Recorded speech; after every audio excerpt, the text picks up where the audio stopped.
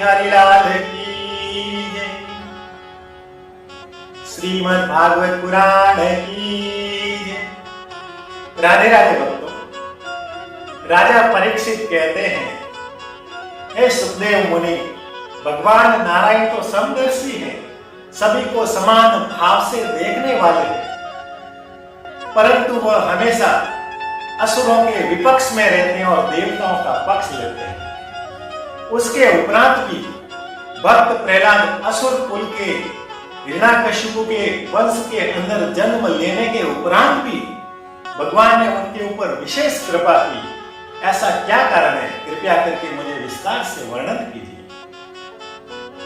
तब सुखदेव मुनि कहते हैं, हे राजन, जब भगवान नारायण ने वाराह का अवतार लेकर हिरण्याक्ष को मार दिया, उसका वध कर दिया, तब उसका भाई हिरण्याकशिपु ने संकल्प लिया कि मैं उस नारायण को मारकर उसका वध करके उसके रक्त से मेरे भाई को तिलांजलि दूंगा, उसके रक्त से मेरे भाई को अंजलि दूंगा। इस प्रकार से अपने भाई की मृत्यु का प्रतिशोध लेने के लिए मद्रासर पर्वत पर तपस्या करने के लिए चला गया। हिरण्याकशिपु एक पांव पर कठोर तपस्या की और 10,000 वर्ष तक तपस्या करने के पश्चात ब्रह्मा जी प्रसन्न हुए और उनके सामने कहने लगे, मैं तुम्हारी इस कठोर तपस्या से प्रसन्न हूं, वर मांगो, तुम्हारी क्या इच्छा है? तब हिरण्याकशिपु कहता है कि आप मुझे यदि वरदान देना चाहते हो तो अमरता का वर दो। ब्रह्मा जी कहते हैं कि इस संसार के अंदर कोई भी अमर नहीं है, जिसका जन्म हुआ है उसकी मृत्यु निश्चित है। बोलिए बाके बिहारी लाल की। यह विधि का विधान है और इसी विधान के अंदर मैं स्वयं बदला हुआ हूं, और कोई वर मांगो। तब हिरण्याकशिपु कहता है, यदि आप मुझे वर देना ही चाहते हैं तो मैं ना किसी शस्त्र से मारा जाऊं, ना किसी अस्त्र से मारा जाऊं, मैं ना किसी नर से मारा जाऊं, ना किसी देव से मारा जाऊं, नहीं आपके द्वारा उत्पन्न कोई भी मानव, कोई भी दानव, कोई भी पशु या पक्षी के द्वारा मैं मारा जाऊं। मैं ना दिन में मारा जाऊं, ना रात्रि में मारा जाऊं, ना मैं महल के अंदर मारा जाऊं, ना महल के बाहर मारा जाऊं। मेरी मृत्यु ना आकाश में हो, ना पृथ्वी पर हो। मेरी मृत्यु आपके द्वारा बनाए गए किसी भी 12 महीने के अंदर नहीं हो, ऐसा मुझे वर दो। ब्रह्मा जी ने कहा, तथास्तु। इस प्रकार से ब्रह्मा जी से ये वर प्राप्त करके हिरण्याकशिपु अपने आप को अमर मानने लगा और अपने आप का इस अहंकार के अंदर आ गया, इस संसार के अंदर मुझे मारने वाला कोई भी नहीं है, इस संसार के अंदर यदि कोई स्वामी है तो मैं स्वयं।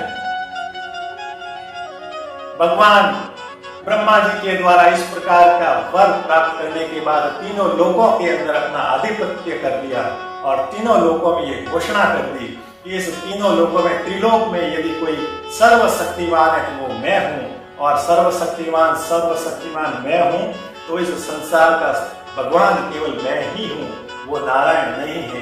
नारायण भगवान नहीं, वो मेरा परम शत्रु है।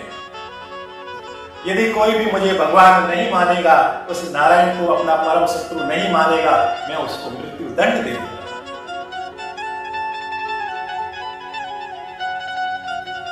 इस प्रकार से हिरण्याकशिपु ने कयाधि नाम की कन्या से विवाह किया। उनके 4 पुत्र हुए, जिनके प्रथम पुत्र का नाम अनुमलाल, दूसरे पुत्र का नाम सहलाद, तीसरे पुत्र का नाम अहलाद और चौथे पुत्र का नाम प्रहलाद था।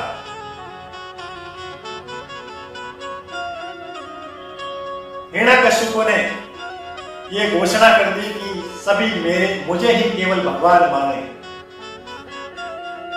एक बार की बात है, प्रहलाद जी अपने महल से बाहर नगर के लिए घूमने के लिए गए, तो वहां पर देखा कि घर के अंदर एक स्त्री कुम्हारी अपने घर के अंदर बैठी बैठी रो रही थी। प्रहलाद जी ने पूछा कि तुम ऐसे क्यों रो रही हो? तब उस कुमारी ने कहा कि ये मैं मिट्टी के बर्तन को आग के ऊपर रख लिया, मुझे पता ही नहीं था इसके अंदर बिल्ली का बच्चा कब आ गया। अब ये आग के ऊपर ये जो मिट्टी का बर्तन है, इसके अंदर बिल्ली का बच्चा वो उसके अंदर मर रहा है, तड़प रहा है, आग के अंदर जल जाएगा। मैं भगवान से उनके प्राणों की रक्षा के लिए पुकार कर रही हूँ। मेरे सामने तड़प रहा है, मैं उसकी तड़प को देख नहीं सकती, इसलिए रो रही हूँ। प्रहलाद जी ने कहा, बोले इतनी सी बात, अभी मैं भगवान को बुलाता हूं, इनके प्राणों की रक्षा करता हूं। वो कुमारी कहती, क्या भगवान को जानते हैं? प्रहलाद जी कहते हैं, लो जानता क्या, मैं तो उनके साथ ही रहता हूं। मेरे जो पिताजी हिरण्यकश्यप है ना, वही तो भगवान है, वही सभी के प्राणों की रक्षा करते हैं। बोलिए भागवत भगवान की। उस कुमारी ने कहा कि वो आपके पिताजी हिरण्यकश्यप भगवान नहीं है, वो तो आप और हमारी तरह साधारण इंसान है, साधारण मानव है। भगवान तो केवल एक ही है, भगवान नारायण विष्णु, वही सबके प्राणों की रक्षा करते हैं। जब प्रहलाद जी अपने सामने अपने पिताजी का इस प्रकार से अपमान किया तो क्रोधित होकर तलवार निकाले और कहने लगे, यदि हिरण्यकश्यप मेरे पिताजी भगवान नहीं है और तुम्हारा भगवान कोई और है तो उसको अभी यहां बुलाओ, नहीं तो मैं तुम्हारा वध कर दूंगा, तुम्हें यही मार दूंगा। अब कुमारी और जोर शोर से रोने लगी, हे भगवान, और भगवान को पुकारने लगी। अब तक तो बिल्ली के बच्चे का प्राण संकट में था, उसके प्राणों की रक्षा के लिए मैं आपको पुकार रही थी। अब मेरे स्वयं के प्राण संकट में पड़ गए हैं, प्रभु आओ और हमारी रक्षा कीजिए। जब सच्चा भक्त अपने हृदय से भगवान को पुकारता है तो भगवान अपने सच्चे भक्त के हृदय की पुकार को अवश्य सुनता है। बोलिए बाकी बिहारी लाल की। सच्चे भगवान की पुकार सुनते ही भगवान नारायण स्वयं वहां पर दिव्य विराट रूप के अंदर वहां पर प्रकट हो गए और तुरंत उस बिल्ली के बच्चे के प्राणों की रक्षा कर दी। वहां पर उस कुमारिन और प्रहलाद को अपने दिव्य स्वरूप का दर्शन करवाकर वहां से अंतर ध्यान हो गए। तो भगवान तो वहां से अंतर ध्यान हो गए, लेकिन प्रहलाद जी के हृदय के अंदर उस भगवान की विराट और दिव्य स्वरूप की छवि उस हृदय के अंदर बैठ गई। जैसे प्रहलाद जी महल के अंदर गए, परंतु हर समय उनको केवल भगवान की छवि का ही दर्शन हो रहा था और मुख से केवल एक ही बात निकल रही थी, ओम नमः भगवते वासुदेवाय नमः, ओम नमः नारायण, ओम नमः नारायण, ओम नमः वासुदेवाय नमः। जब नारायण की बात इस प्रकार से मुंह से कर रहे थे, उसके मंत्रों का उच्चारण कर रहे थे, तो हिरण्यकश्यप को ये बात, ये सूचना मिली, ये समाचार मिला कि उसका पुत्र उसका नहीं, नारायण उसके परम शत्रु का नाम ले रहे हैं।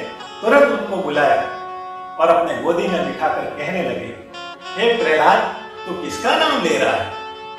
प्रहलाद जी ने कहा कि मैं परम पिता परमेश्वर भगवान का नाम ले रहा हूं। अच्छा, कौन से भगवान का नाम ले रहे हो? भगवान तो एक ही है, भगवान श्री नारायण विष्णु, ओम नमः वासुदेवाय नमः। जब अपने शत्रु का नाम सुना तो हिरण्यकश्यप क्रोधित होकर कहने लगे कि हे पुत्र, वो भगवान नहीं, वो तो हमारा परम शत्रु है, भगवान तो मैं हूं, तुम मुझे भगवान मानो, मेरा नाम लो। तब प्रहलाद जी ने कहा, नहीं पिताजी, आप और हम तो साधारण मनुष्य हैं, भगवान तो केवल एक ही है, वो है भगवान नारायण विष्णु, ओम नमः भगवते वासुदेवाय नमः। बार बार समझाने के बाद भी जब प्रहलाद जी भगवान नारायण के नाम को नहीं छोड़ा तो क्रोधित होकर उन्होंने अपने सिपाही के साथ में शुक्राचार्य के पुत्र छंद और अमर के आश्रम के अंदर उनको भेज दिया और आदेश दिया कि जाओ वहां पर उनको मेरी शिक्षा दो, उनको इस प्रकार की शिक्षा दो कि इस संसार के अंदर भगवान केवल मैं ही हूं, हिरण्यकश्यप हूं, और उनका परम शत्रु केवल एक ही है, वो है नारायण। अब हिरण्यकश्यप के आदेश उस सैनिकों ने उस प्रहलाद जी को आश्रम के अंदर लेके गए और आश्रम में ले जाने के बाद में संड और अमर के आश्रम में ले जाकर उनको शिक्षा देने लगे कि सभी, और वहां पर भक्त प्रहलाद जी के अलावा और भी बहुत सारे बालक उस आश्रम के अंदर थे। संड और अमर ने कहा कि बोलो इस संसार के अंदर एक ही भगवान है, भगवान का नाम लो। ओम हिरण्यकशिपाय नमः। जैसे ही शंड और अमर ने कहा ओम हिरण्यकशिपाय नमः, तो जितने भी बालक बैठे थे उन सभी ने भी दोहराना प्रारंभ किया, ओम नमः हिरण्यकशिपाय नमः।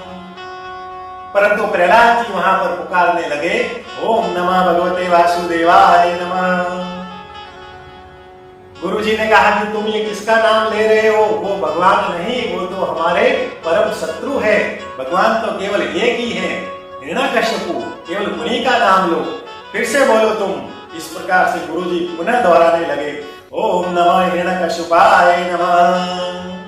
तो जितने भी बालक बैठे थे उन सभी ने पुकारना शुरू किया, ओम नमः हिरण्यकशिपाय नमः।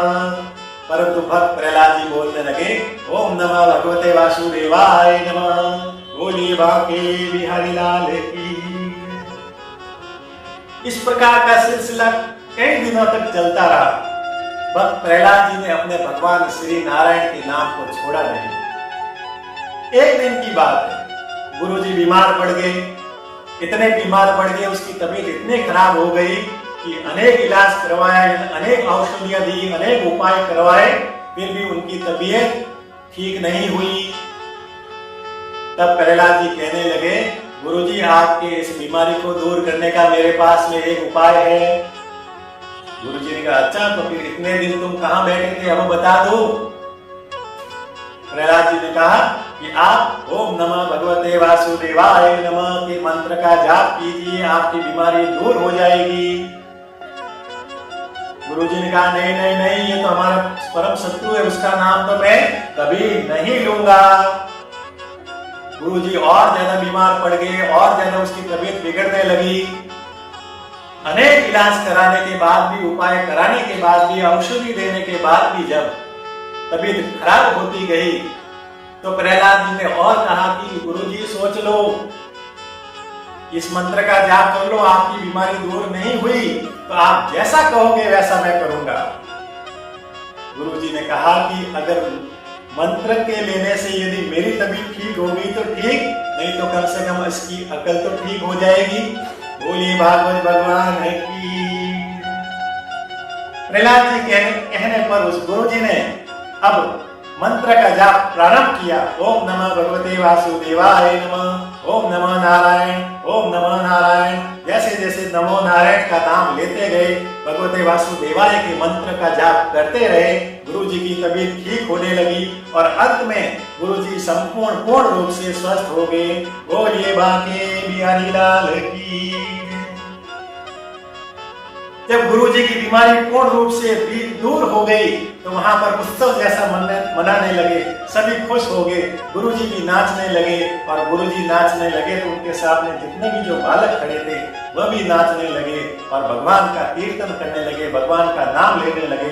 ओम नमः भगवते वासुदेवाय नमः, ओम नमः भगवते वासुदेवाय नमः, इस नाम का वहां पर कीर्तन करने लगे। बोलिए बांके बिहारी लाल की।